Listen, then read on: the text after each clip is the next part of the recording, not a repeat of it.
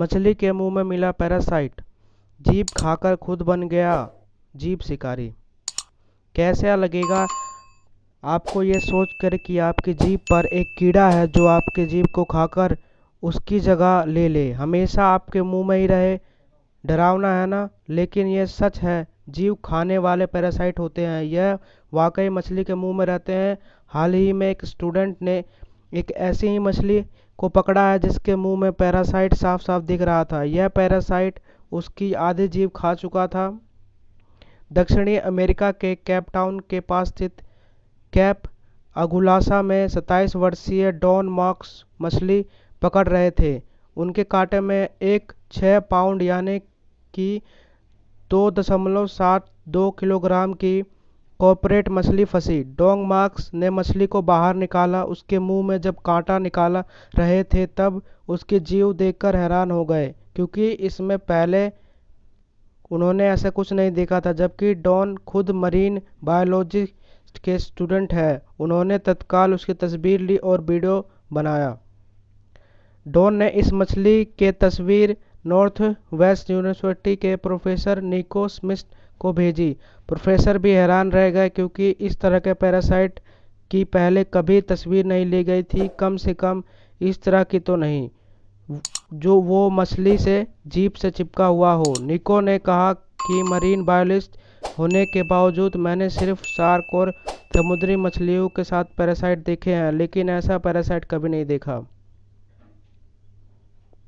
Don ने कहा कि मैंने भी ऐसा पैरासाइट नहीं देखा। ये कॉर्पोरेट मछली के मुंह के अंदर छिपा हुआ था। इसकी आंखें नीली और इसकी मूंछ भी है। जब इसकी तस्वीर ले रहा था तो मुझे घूर रहा था। आमतौर पर जीभ खाने वाले पैरासाइट सिर्फ कॉर्पोरेट मछलियों को ही अपना शिकार बनाते हैं। इन पैरासाइट ने कई साल तक साइंटिस्ट को धोखे में रखा है। प्रोफेसर निको स्मिथ ने कहा कि पैरासाइट कॉर्पोरेटर मछली के गिल के रास्ते शरीर में घुस गई होगी और धीरे धीरे उसकी जीभ खाकर खत्म कर देते हुए उसकी जीभ की जगह चिपक कर ले ली है। इससे मछली जो भी खाती है उसका हिस्सा पैरासाइट को सीधे ही मिलता है। यह पैरासाइट पूरी जिंदगी मछली के मुंह में बिताता है।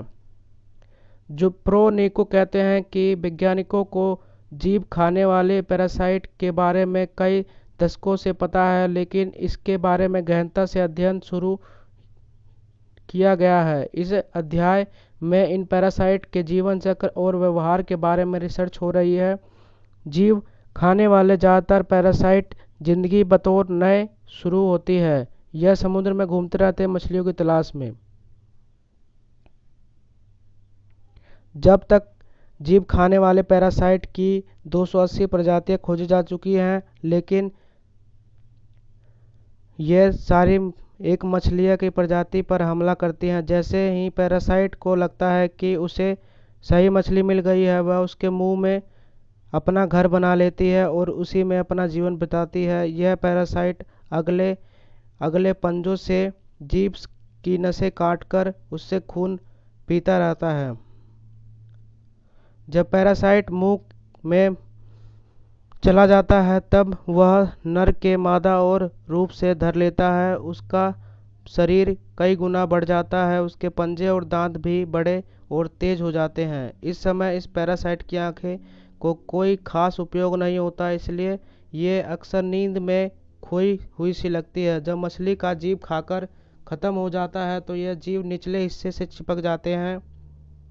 1983 में एक रिसर्च पेपर के अनुसार पैरासाइट मछली के जीव पर मैक्लिन काम करते हैं। जब मछली शिकार करते हैं तब यह शिकार को मछली के मुंह में ऊपर हिस्से में दबाकर रखने में मदद करते हैं।